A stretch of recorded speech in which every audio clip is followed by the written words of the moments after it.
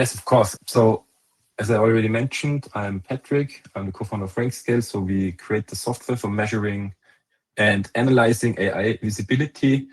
We, together with neuroflash, had the opportunity to do persona-based tracking for a client, for a pitch, and it was a great experience to understand how neuroflash also works on this, what's the background, how they do personas with the digital twins. And I think it's really important also for the future because it will get into hyper-personalization, and I think persona-based analyzing of answers in AI engine will be the definitive future.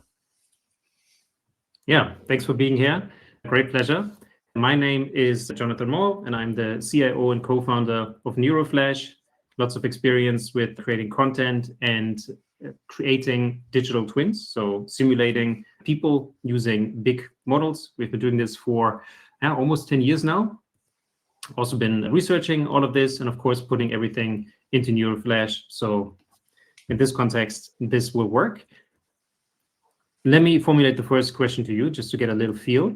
How often do you actually use AI instead of Google nowadays for any type of professional research? Type it in the chat. While you do, for me, it's already like 100%. Like I do deep research like 3-4 times a day. Patrick, how about you? Multiple times. Yes, the reality. Yeah. Click, please. Yes, so most of the queries right now are answered by AI. So that means a really big shift in how people are finding content, finding your service. Please click. Click. So the click rate, this is very interesting. Before the AI overviews, you may have seen them on Google, you would still get a large percentage of click-through rate on your highest ranked article. And that has been demolished. Basically, only 1/3 is over. And that really means that even if you are on top on Google, that doesn't mean that you will get the clicks from Google anymore. You may have seen that many of our clients see 30 to 60% reduction in SEO traffic. This is the reason AI is eating it up. Next, please. Good news, however, AI search is still completely organic. And this is really fascinating. I mean, as an SEO, Patrick, I know you come from an SEO background. 2004, if you would have started, doing SEO early in the days, massive impact because it was all organic. And over time, things don't get better on platforms. So this is a great time because it's so organic. There's a lot of traffic to be gained here. Yes, and beautiful. Next slide. The other good news is, okay, so let's say you get less clicks, but the clicks that you get from ChatGPT or other chat engines is actually higher quality because those are people where basically the chatbot has already kind of warmed up your lead. And so the conversion rate of those people, that is higher, which is great. Next, please. But, and this is really key, we now live in a hyper-personalized world where every audience searches differently. So rather than kind of optimizing for Google and for keywords, we believe that you need to optimize for each particular target group because they see the world very different. Actually, very good transition. You just continue thinking when the next thing comes. That's awesome, Patrick. Thank you. So imagine this. Somebody searches for a product, headphones, but given their personality and their setup on ChatGPT, they will get very different results. Each person sees a very different world. And who gets shown in that world? Next slide. It's only 2.8 brands on average. So I search best headphones and I will get more or less 3 options. On Google, you can at least go further. So if you're on position 10, you still get some clicks. On ChatGPT, if you're not in the top 3, you don't. So yeah, different world. So the question here is, do you know what ChatGPT says about your brand? Who has tried it and found something? Do share in the chat. Interesting. Yeah, I see a mixed message. Some yes, some no, some maybe. Patrick. Interesting. Yeah. Yeah, so maybe next up the framework, how did we set this up? Making AI visibility measurable. There are new metrics evolving I would say it's still evolving and maybe will change in the future. But one metric that stood out in the past and will in the future is the share of voice. So how often does your brand even appear in AI answers compared to other brands that are appearing in the answer? Also the citation rate. So how often is the answer cited with your own domain or with a third-party domain that mentions you? And also, which kind of rank do you have? So, because in the SEO world, it was all about position, which position you're in. But in the future, it will also go into the direction, does the AI engine even recommend your brand? Or does it recommend you for one of your ICP groups? Or maybe not. So how to track prompts in Geo? There is a lot of words on it. I will skip this mostly because you can read it later on. But essentially, the difference is AI search is probability based. So essentially, you ask a natural language question, and based on training data, web crawling, and it's called also RAG. So when it retrieves some information out of an index, for example, it predicts what the right answer is. Also, the newer models, for example, they try to find the confidence to answer. So they're not even looking on your own website. They're also checking for, let's say, Reddit or Commerce Chamber or Wikipedia. What is your brand there? And if it's confident enough, it will also recommend you or say, yeah, this is a legit company, for example, if you ask for your own company. You can also try this with newer companies, and the model will say it doesn't know it without doing a web search, at least. So given the fact that AI engines are probabilistic and not deterministic, the likelihood of getting different results with different contexts is pretty big. So this is why essentially with example personas as mentioned here, so a founder or a CEO looking for a CRM solution, for example, might get different results because he has a different mind and looking for different things in a CRM instead of his head of sales, for example. So how to track prompts in Geo? We recommend that you group your prompts in certain categories around your product or category or niche. So you can also track variations with tags. This is, for example, all possible in Rankscale to set it up really flexible. First thing first, you should do some kind of a visibility hygiene check. So have you check for branded queries or non-branded queries. What are AI engines saying about your brand when you specifically ask for your brand, for example? Then, of course, you would check certain intents in the customer journey, like informational or in the consideration phase or transactional phase. So consideration, it's where people comparing solutions, whereas transactions is like, okay, which plan of a certain software might be the best fit for my needs. And also the scope, so segment versus niche, is also relevant in different geographically, for example, local or national or regional. So actually local search will also be highly interesting in the future with all the new features Google announced 2 days ago. And of course, hyper-personalization. So Google will check, if you allow it and opt in for the personal experience, it will check all of your Google account, like Google Drive, Calendar, everything you can, and it will be hyper-personalized. And yeah, really exciting for that. So how to set this up in general? We say, for example, that you have 4 variables: the intent, the scope, then a non-branded prompt and a branded prompt. And also you can enrich this, and there comes neuroflash into it, with personas. So you can, for example, when we use the non-branded prompt for CRM automation pricing, head of sales would get a different answer instead of the CEO of the company because they have a different history in the context window of ChatGPT and so on. And therefore, personas are the key. So essentially, you optimize for specific scenarios: visibility, hygiene, intent, scope, and persona. When is a market niche enough? So AI doesn't just search, it categorizes. Best SEO agency, for example, it triggers different answer sets. It also does multiple searches. So it will, you probably already heard about the query fan out. So it also adds like best SEO agency reviews, best SEO agency comparison features or services and adds synthesized prompts that essentially no human would ever search, but the model itself just creates them. And yeah, when you know it's niche enough, so you can also check if you have unique sentiment pain points. So are there any complaints in the model, or does it, for example, say anything about your brand that is negative?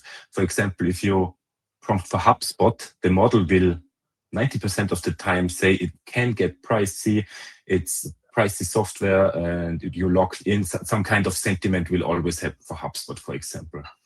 And also, are there any specific information? So all those AI engines always look for the most up-to-date information. So when you can, have content that is unique and only you have it, or unique data, this is something where you can set yourself ahead in the AI engines. So really quick about the reporting pyramid. This is a concept I developed, or we developed in Rankscale. We think you should report differently to different stakeholders in your organization. For example, C-suite, marketing lead, you can report more often, or even the specialist, the SEO specialist, for example, you get the weekly reporting on that. And one expert tips, because we saw it in the field out there, never report on too many things or too many metrics. C-level, for example, needs just a broad overview. How does it look? Where is the trend? Where have you improved in which topics? And always anchor it with a competitor benchmark comparison. Always derive actions from the reporting and always know what to do next. Here in Rankscale, we see, for example, from the EY study we will show pretty soon, we can build a custom dashboard. What is the demand, for example? So we had 3 different topics: demand, open to work, and konkrete Bewerbung, so concrete applying for a job. And there we see how EY is doing. So essentially in the upper funnel looks pretty good. In the mid funnel also looks pretty good. For example, for really transactional, so applying, it could be improved. The proof. So proved 3 growth hacks in Rankscale. You can check for sentiment in AI search. So maybe I just remove that here. Content in sentiment. AI search needs justification reasons to mention your brand. So essentially you can look into the sentiment tab to see what kind of negative or positive words or word clouds are mentioned more often in certain AI engines. You can check for citations in Rankscale. For example, spot the articles where you should be listed or your competitors are listed and where you might want to be in. So we heard a lot about listicles, but there are different ways to get more visibility, because the more sources you create that says the same thing about you, roughly will increase your visibility overall. And you can also reverse engineer all the citations from your competitors, which is also a nice growth hack. And last but not least, the page audit. So we have a page audit where you can check your website for reachability. So are you blocking AI search, user agents, for example, or crawlers? Is the schema right? Is the HTML hierarchy right? Those are SEO foundations. Also content optimization, chunkability. Funny, maybe one anecdote about Google. Google announced that chunking is not necessary.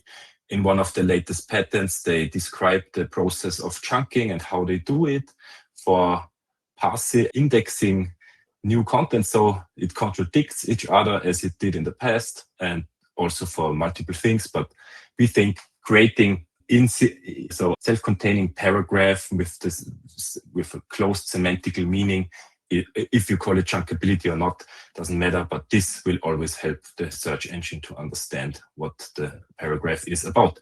Real quick, here's the sentiment analysis in Rankscale, how this looks with the word cloud, how often is something mentioned. Here is the appearances, citation by domain level. You can also drill down and see over time for all engines. So how are you performing in handelsblatt.com, for example, and we see 78 different URLs are cited from Handelsblatt. And here is the page audit. This is still in beta. This is the second version. We're iterating over it, so your feedback is highly valuable. And there you can check how ready your website is essentially for AI search. Also here the schema block. All right. What this shows is that your audience is doing the searching. This is really the key thing, because Rankscale, I think, biggest strength is in being able to simulate this, or actually trigger this fan out, all of the actual behavior on these different engines, and then give you the reporting and the tracking. Neuroflash's part is knowing who is searching, because in the old days, you would have search volume, looking at everyone who's searching for something. But we believe that the future will be won by those who know how their target audience is searching. And if you know that, you also know how often, how important certain things are for them. And if they find you with those queries, that's how you will get not only rankings and share of voice, but share of voice with your target audience, who's then most likely to buy your services. So the EY visibility case, what we've done here is do exactly that. We simulated 4 different personas. So those were students and people still at school who will maybe one day become someone who works at EY, Ernst Young. We then looked at all of these different answers and checked how visible the brand was. And even though it was visible, it actually was only mentioned at the 3rd position. So as you know, that's not bad because you're still there, but there's still 2 above you. So yeah, 3rd place in Olympia is great, but for search results, being the 1st is much better.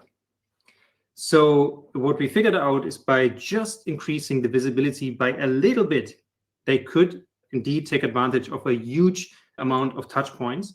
And given how expensive it is to get even a single candidate that is of high quality into their system, the return of invest for this report that we've created for them and the recommendations was really, really high, showing that those who invest in knowing what their target audience looks for and then optimize on it, those are the ones that will win.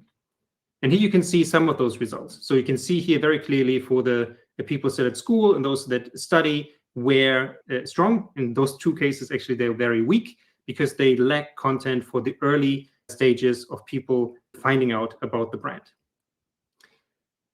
This is obviously a big brand. Many don't have big brands. So here's another case for an SMB where the increase in citation share was massive, and the brand mentions inside AI answers were more than 10x. How? It was by having sustained expert content on the brand's own domain. So it was really about understanding what is being cited where, and then changing the text on it. So it's not even, in this case, really doing something new and fancy, but it's using the assets you already have and just optimizing them, updating them, and putting the right things on it. But realizing, of course, who is the person looking for it, so that you not only get more traffic, but you get validated traffic of your target audience. Yeah, you should be the source that AI then lifts, because even though Google, as Patrick has said, often will say, oh, write for humans, in the end, you do write for a machine. Even though those worlds are converging, they become more similar. It's in the end a machine that goes through all of the websites, does the indexing, does everything. So if you look good for the machine, that is when the machine will recommend you. Okay. Here we go. So what can you do? The number one thing you can do in order to basically replicate what we at Neuroflash have been perfecting is you can just go and ask, okay, if you were an X, your target audience person, how would you search for the brand? How would you search for it if you were just browsing? Those are the hygiene prompts that Patrick has mentioned. And how would you search for it when you already have competitors and you want to make a decision on which one is the best one, etc. So along the whole funnel. You can do that, formulate those questions, see what comes back.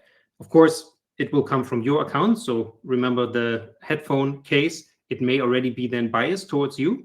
But nevertheless, you get a good baseline to see 4 very common or kind of logical queries of your target audience. How visible are you? Just to give you some feel. Of course, the free analysis that we offer, if you comment on the LinkedIn post, will show you this as well with much more detail.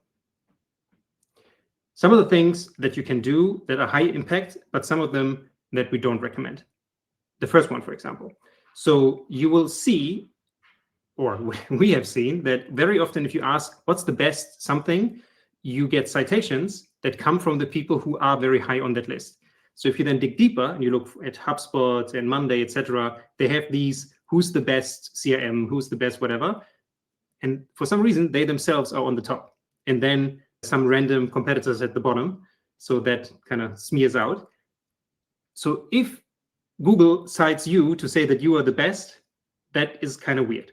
So while that still works, it's also something that Google can very easily change. And we actually see some evidence now that that is happening, because obviously you are kind of bragging about yourself.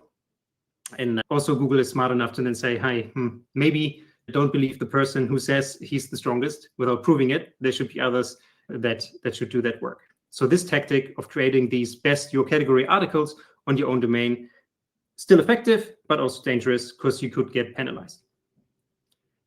Tactic 2, the 50-word answer blocks. So this is what Patrick has mentioned when it comes to chunking. So the AI is not actually looking at your whole article. That's important. It's actually taking chunks of it. So RAG, retrieval augmented generation, chunks at about 100 characters. We don't know exactly, even though we can look at the patterns. You don't know exactly what it is, but it's small. It's not the whole article. So if you have a 50 words, 2 to 3 sentences that are self-contained, that is what the AI loves to read. And in it, you should be very straightforward. So no could or might, but very clearly, this is the best, for example, or this engine supports 1,000 people or something, right? Very clear with numbers. That is what the AI likes. I explained why, and it's very good to keep these things also very close to each other, right? So that the logical blocks of things that the AI should know about you is just very self-contained. Ideally, also prefaced with a very common search query, but more about that later. This one is fun. The third tactic is the 2-character trick.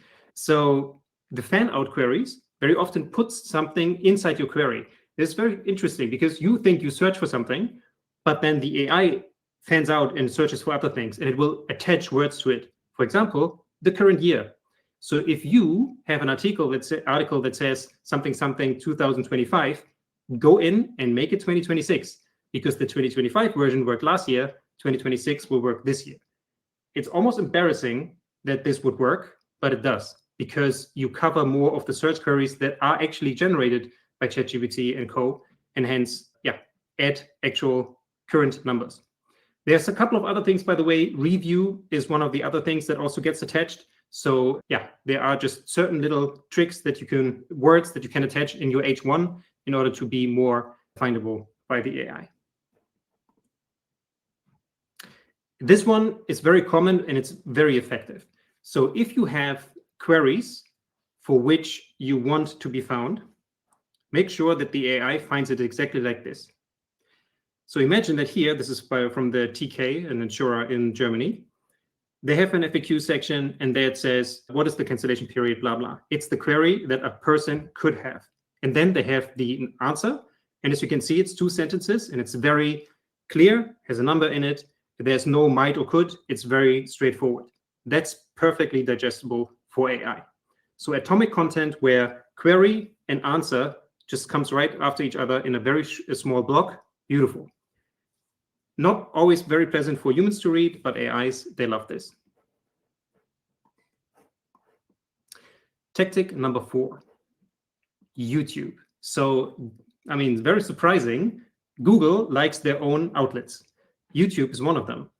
And you have seen that also in their recent announcements that they now even jump to chapters in YouTube videos, in AI overviews and stuff like that. Why? Because they can read the transcript and know, hey, it's this part that people would love to see, because again, seeing is definitely something that people like to do more than reading or doing homework and calculations. Nobody wants to do that, but clicking a video, that is liked.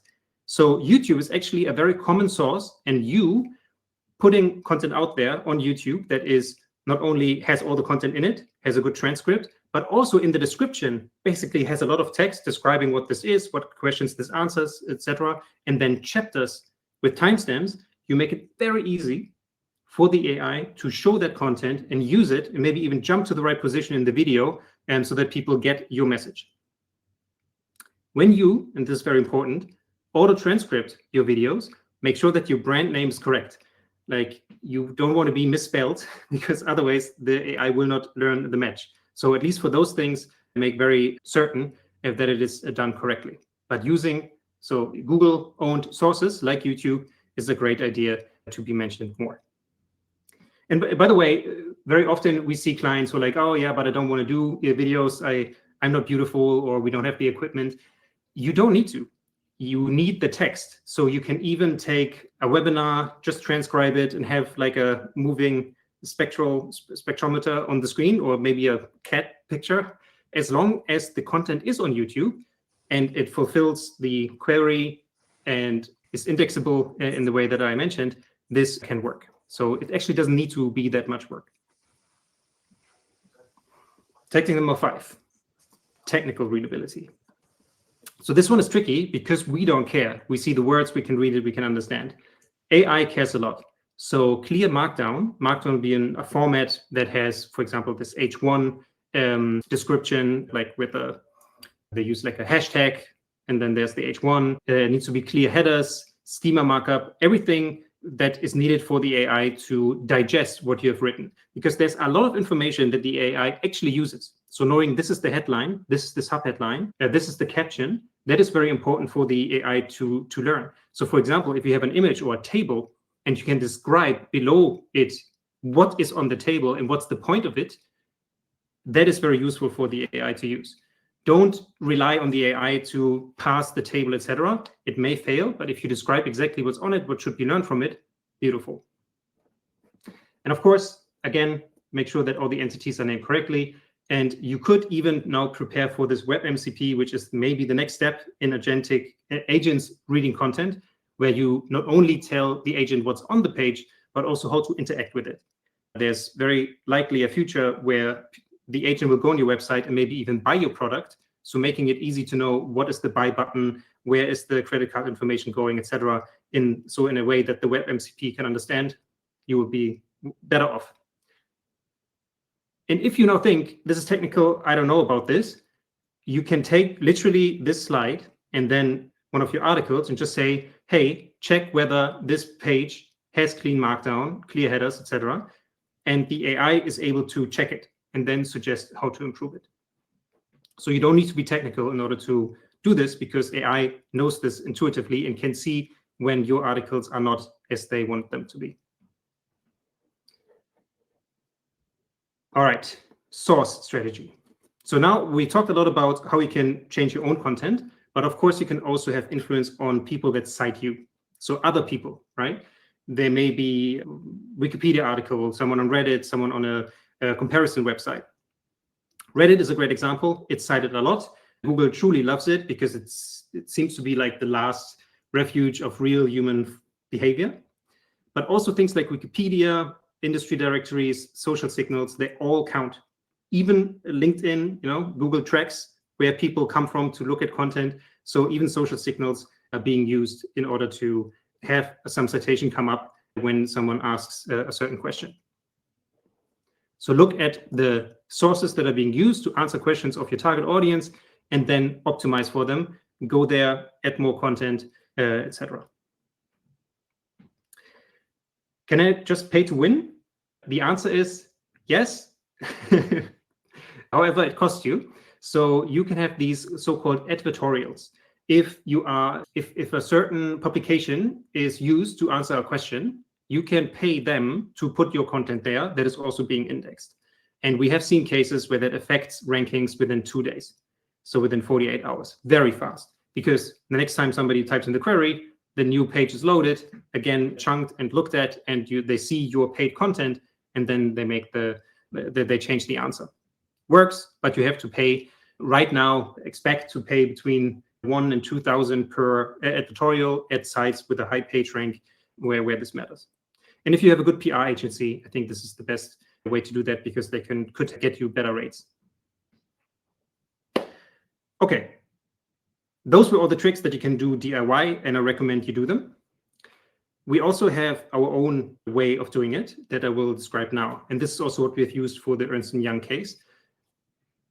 You use the twins, our digital twins, to generate the queries from your target audience, run them through Rankscale, create a report, and then write the right content or update the content that is not ideal.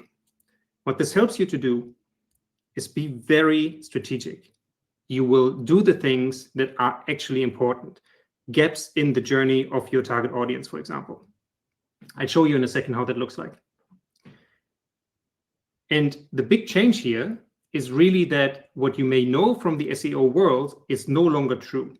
And we know that because there's 1.8 million people on neuroflash that use neuroflash like ChatGPT. And we can look at the metadata and see how people write. And only a very small percentage of how people ask questions about the best XYZ software or service or product looks like the classic SEO keywords, where you can go into the keyword planner and know everything about them. That's not how people search anymore, especially when they use bots, which more and more people do. Okay, so we know that, but people aren't LLMs, right? People are real people. So how can we simulate a person? Because I can tell you, just typing in how would a Gen Z react to something, you will get very stereotypical, non-real answers. And there's a lot of academic evidence that indeed you are slightly better than a coin toss with those utterances of how people react when you just simulate them using the LLM. So that's not something that we recommend. That's why for the last almost 10 years, we've been working on digital twins. Quick intro before I show you the exact steps that we use in order to simulate the queries for your target audience. First, we have to get real people. And I show you a stack of paper because we've done a lot of surveys with a lot of people, over 1 million. In fact, each has given us up to 250 survey items. We've been doing this for a long time, thousands more each month, and there's lots of evidence, academically peer-reviewed, that validates this approach. And what we measure in those items, in those surveys, are psychological drivers. Because the reason Gen Z is the way they are, the reason millennials are the way they are, just as a broad scope, is because they have certain traits. They have values, they have needs, experiences that shape how anxious they are, how extrovert they are, etc. That is exactly what we measure for every individual. And I can show you quickly how this looks like. Here you can see one of our complete target groups, and you can see the individuals here on the right. Anita, I will now choose. And you can see a description of her and the exact values that we've gotten from the survey. So there's a lot of data per individual that goes into simulating each person. And yes, we have an interface where you can use the digital twins to, for example, rate marketing assets. And I show you this just to demonstrate the accuracy, because you can see here on the right that each person is giving us a number. So this one would be, how likely are you to interact, or what was the question? I didn't see it, but it's some indicator of how they would react to this asset. And we have also done this with things like LinkedIn ads, where you can again see the average number at the bottom. And then you can see the performance of the ad. Red is the cost and blue are the clicks. And you can see that the average rating of the digital twins correlates very strongly with the amount of money you need to spend and the amount of clicks you can get. The higher the digital twin rating, the more clicks, the less cost, showing that we can simulate their actual behavior with those survey data. And this shows you that we can trust what they're doing. They can predict their own behavior, so to say.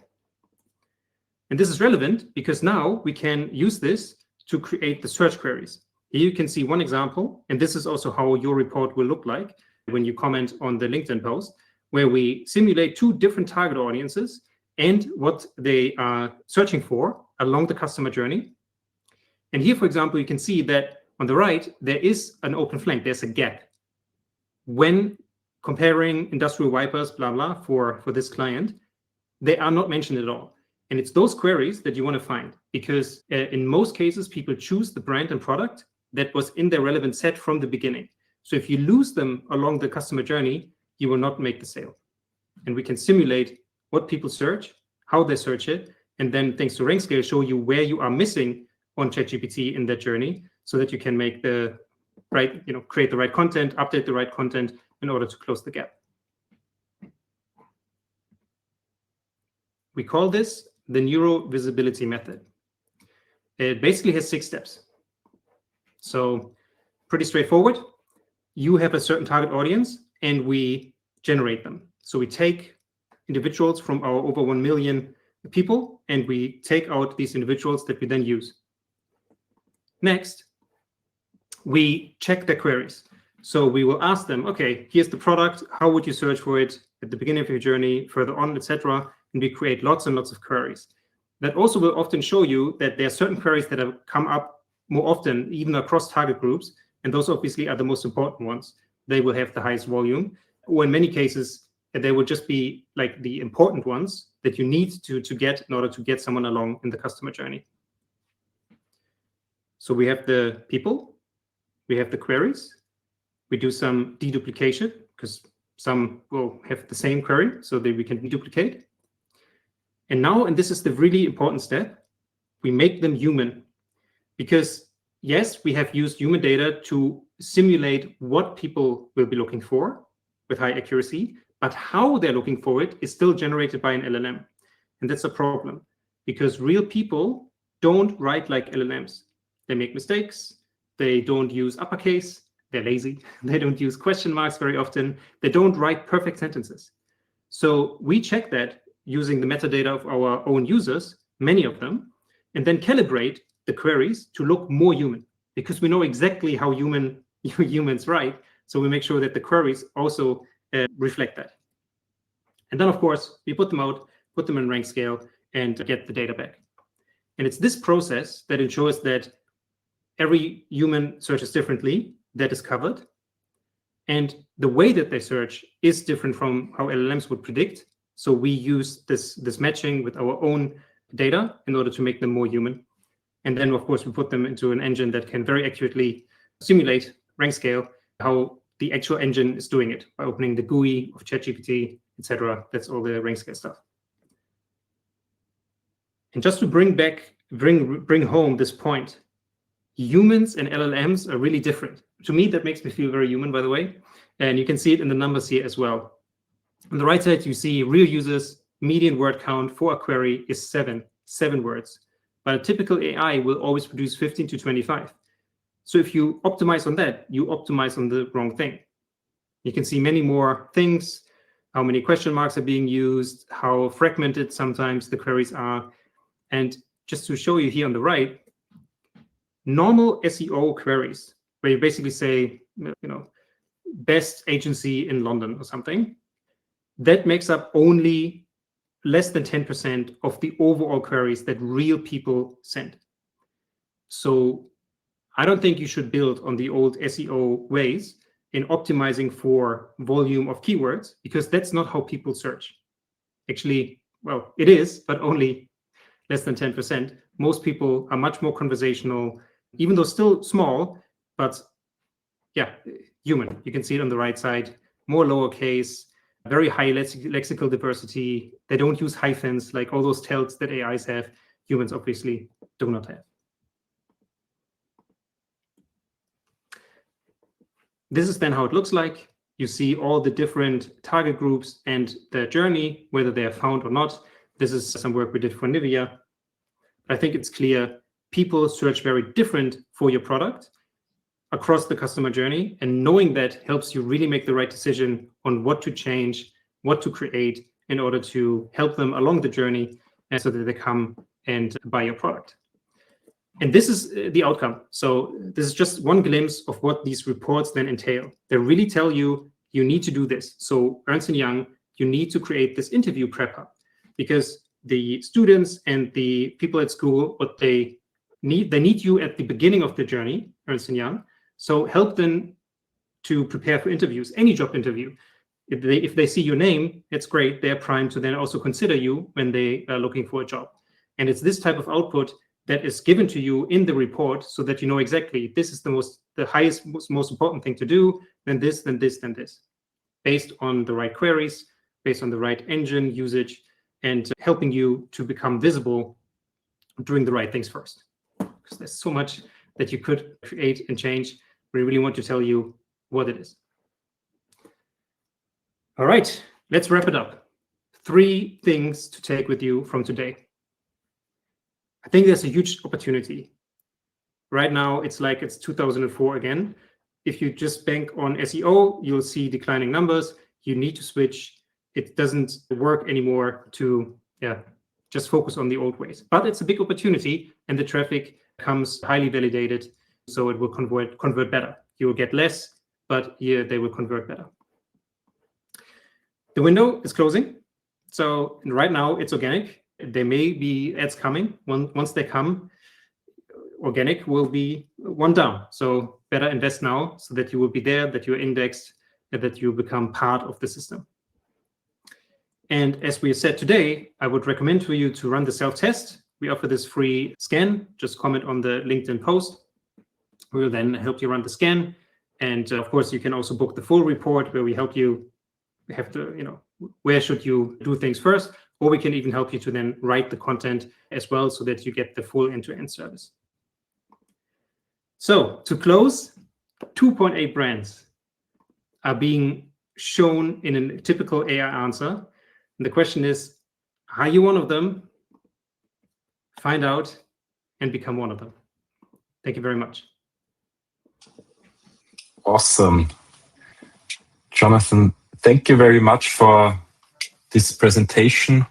I want to add to that. So we have this first study with the digital twins. We think this is really a great tool to, so the neuroflash has multiple tools, but the persona feature with the digital twins is like the thing that is highly relevant for the future, I think. And actually, we got a couple of questions. First question. I can see one from Dave. Maybe I can just name it for you. Is it only Google, AI Overview and AI Mode, that loves YouTube? Or are the other main platforms like GPT also fans of YouTube?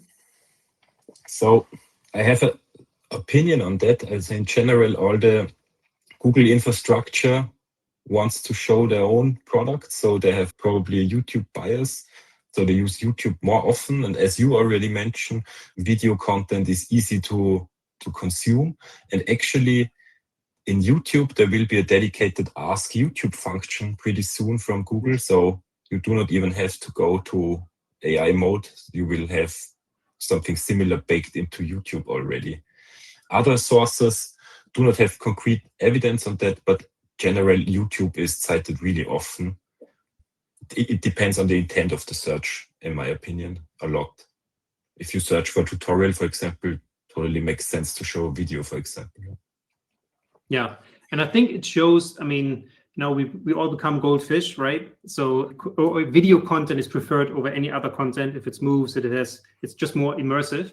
So I think it makes sense that it can be unearthed by AIs, right? Who wants to read this text if they can just click on play and get the point in 20 seconds? So I think it makes a lot of sense also for the others to get this type of video content in and show it. Next question. How about this open AI ad feature? I already saw it. Yeah, I already saw it, actually. I do not have access yet, sadly, but I saw how it works. And what's really interesting is the targeting. I probably can share this. So you essentially target people with a prompt. So you can put in a 500 lines prompt to concretely define to whom your ad should be shown. And this is a huge opportunity. Let's imagine you just want to show to your highest valuable potential clients the ad. So personas will be still important in the future, I would say, also for the ad space. Jessica asks, and I think I can answer this one, is there something like search volume for queries to understand individual potential? And the answer is yes, because when you simulate target audiences queries, you see where the overlaps are, right? The 90% deduplication can also be marked as these are high search volume ones. And of course, because there's still the fan out, you are going to get more of what is relevant, right? Because they converge thanks to ChatGPT again. So I think this is a good way to then see what is the potential and where should you do something. And we very much believe, again, it's not only the volume, because just having clicks doesn't help you sell. You need to have clicks of the people who are most likely to buy and answer their questions. And that's why we believe in these digital twin queries. This one is a good one. Martin asks, this is for you, Patrick. What is the half-life of these tactics? Because the tactic one already may be penalized. So how often do you need to re-audit before the ROI flips? So the half-life, there is a saying in SEO, it works until it doesn't. It depends on the vertical, I would say. There are different strategies for different verticals. So if you're in for the long-term game, so if you're a real brand with real customers, you want to succeed more than a year or two in organic, you probably want not to overstress certain tactics. I think keeping it natural and writing helpful, unique content that was what Google says, at least, is very helpful. And I also think that too. Besides that, I mean, having a listicle is not bad in my opinion, but writing, I think ClickUp.com did it. You can look it into organic traffic in tools and see it just dropped immediately, crazy, but they had like hundreds of those articles. So they also scaled the content rapidly. And that's something that flags in Google, or they just nerf it at some point, which is totally fine. I mean, Google has still a better spam filter than all the others that have somehow Google or Bing under the hood. But so re-auditing, what you can do with the audit mostly, so we have certain features or modules in Rankscale. The one thing is the audit, where you just check your website for the technical part and content part. Is it even accessible? And the other thing is you can audit for citations. So you really look how often is a certain source cited, why is it cited, and which brands are mentioned, or at least which brands the LLM mentions based on the source. This doesn't mean that this has to be mentioned on the source actually. So we still have the issue that LLMs hallucinate and will hallucinate in the future. So short answer is, do not do too many hacks. I would definitely do hacks on experimentation pages and test things. And if something works, don't talk about it.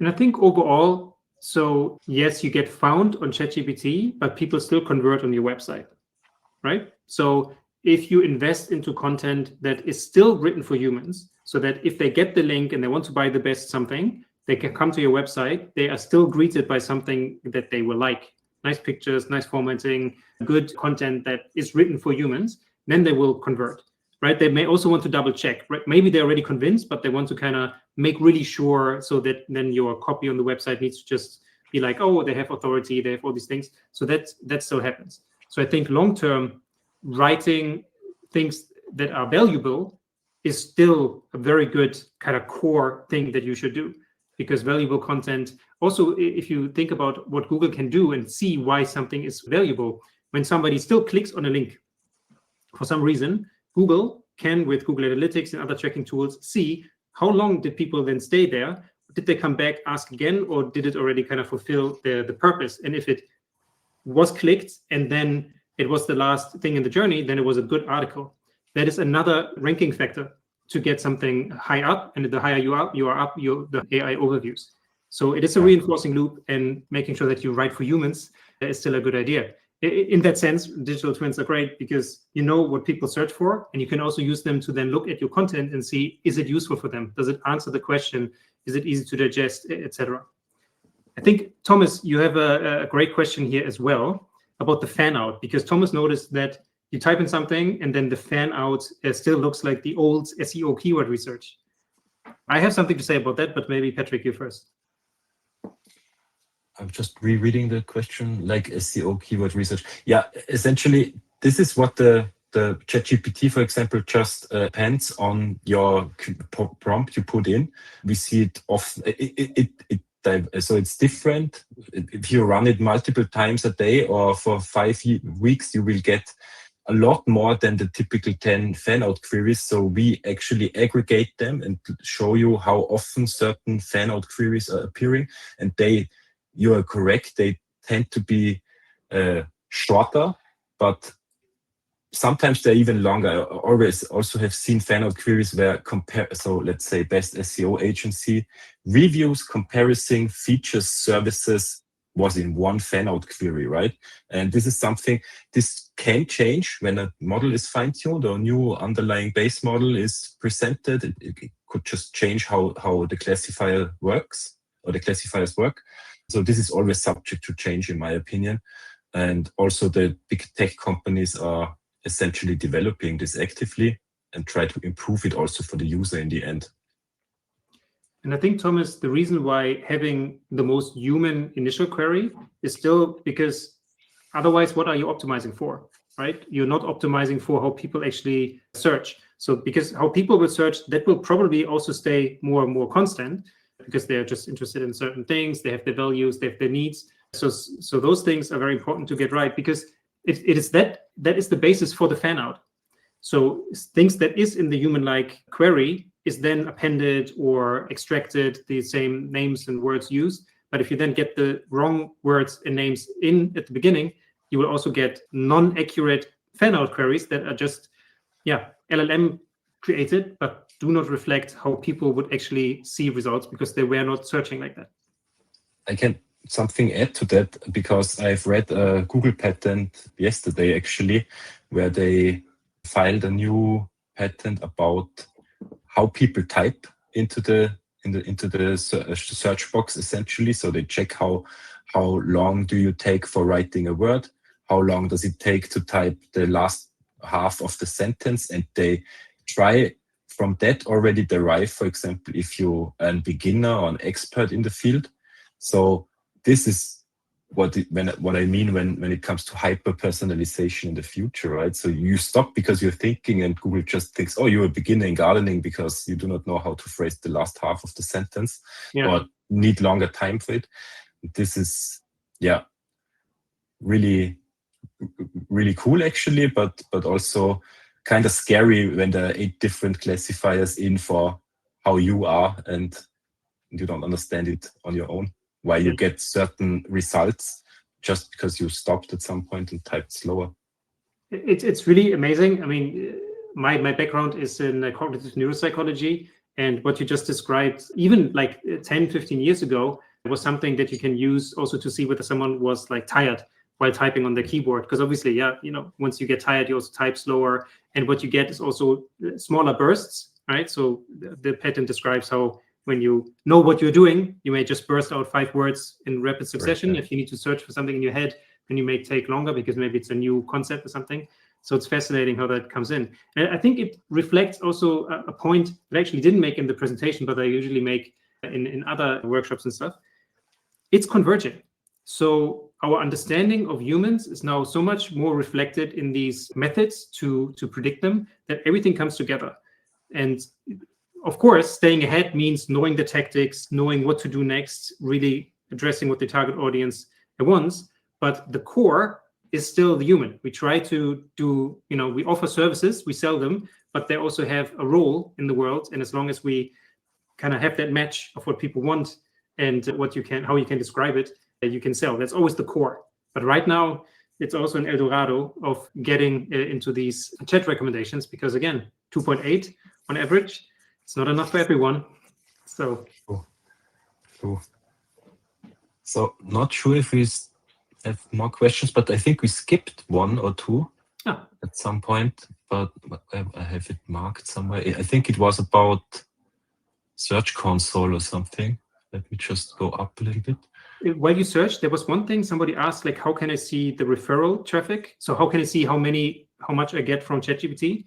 There's, I think, Piwik, and there's, of course, other tracking snippets that you can put on your own website. The most common one is Google Analytics. That one is also free. Obviously, you give the data to Google. That's why it's free, but it's still very useful. We use it, and it's great. And you can see, then there's tabs and reports. You can see referrals, and then you will see ChatGPT and the other chat engines that send you the traffic. Yeah. I want to add to that, you can also look into your server logs, access logs, what kind of crawlers visit your website, how often do they visit your website. You can essentially test this on your own by asking a chatbot or a ChatGPT or something and check if some kind of GPT user agent is coming to your website for checking for the answer. Actually, yesterday I tested really interesting. If you ask for, so I changed the homepage of one of my websites and added something like new feature is rag testing. And the website was crawled 1 day ago, the last time by Google. And you ask then AI mode, hey, what's the new feature? It gets it 10 seconds later in real time. So this is also something which is pretty interesting. And coming to the search console question, yes, you can filter for certain things. I'm also happy to announce that we pretty soon will integrate Google Search Console and Google Analytics 4 into Rankscale. So we have some pretty interesting 3 new views. We are also open for new ideas, but essentially we do the buzzing work for you and have filters for AI overview risk, for example, where we categorize queries that might get replaced by an AI overview, and also referral traffic will be in there, and also prompt-like prompts. You can also filter this in your Search Console on your own. But to be honest, right now Search Console is a little bit noisy still when it comes to those longer query prompts. They still need to update this at some point, that they can show what is really coming from AI mode or AI overviews or even other sources. Because right now in the internet, so many machines and stuff are searching the web, right? So there needs to be alignment also by the big tech providers in the reporting in general. Thank you. Let's wrap it up. I just got to say thank you so much for being here, for being the type of person that is, well, pretty cutting edge. I got to say it's still very new technology, and you being interested in using it to become more visible. I applaud you. Thank you for your attention and your time. Patrick, any last words? Yeah. Phrasing it. My last words would be thank you for attending the webinar. I think it's great that you try to stay ahead with the latest insights, what neuroflash and Rankscale can provide. Make the free report on the LinkedIn post, and see you soon. It's definitely not the last webinar with us together, and we hope to see you soon in the next iteration of it. Thank you so much for joining us. Take care. Bye.